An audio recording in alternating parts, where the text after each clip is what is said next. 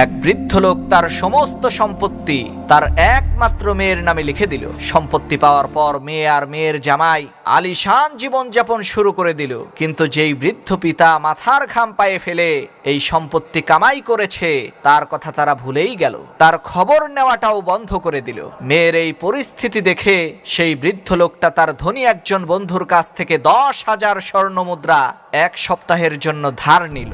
এরপর সেই স্বর্ণমুদ্রাগুলোকে লোহার একটা বাক্সের মধ্যে ভরে মেয়ে এবং মেয়ের জামাইকে কাছে ডেকে ওই বাক্সটা খুলে দেখিয়ে বলল, আমার কাছে এই রকমের 10টা স্বর্ণমুদ্রা ভর্তি বাক্স আছে।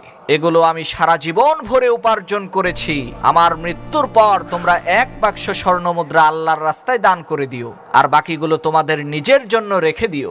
স্বর্ণমুদ্রার বাক্স দেখার সাথে সাথেই মেয়ে এবং মেয়ের জামাইয়ের ব্যবহার পাল্টে গেল। তারা দুইজন মিলে ওই বৃদ্ধ লোকটার সেবা করতে লাগলো, ভালো ভালো খাবার খাওয়াইতে লাগলো। স্বর্ণমুদ্রার লোভের কারণে বৃদ্ধ লোকটার বাকি জীবনটা খুব আনন্দে কাটলো। যখন ওই বৃদ্ধ লোকটা মারা গেল তখন মেয়ে এবং মেয়ের জামাই আনন্দের সাথে ওই লোহার বাক্স খুলে দেখতে পেল সেখানে স্বর্ণমুদ্রার জায়গায় পাথর রয়েছে। সমস্ত সম্পত্তি তো বৃদ্ধ লোকটা জীবিত অবস্থায় তাদেরকে দিয়ে গেছে। লোহার বাক্সের মধ্যে থাকা ওই পাথরের ওপর একটা চিঠিও ছিল, আর ওই চিঠির মধ্যে লেখা ছিল, এই পাথরগুলোকে ওই মূর্খের মাথায় মারো যে মরে যাওয়ার আগে তার সন্তানদেরকে সম্পত্তির মালিক বানিয়ে দেয়।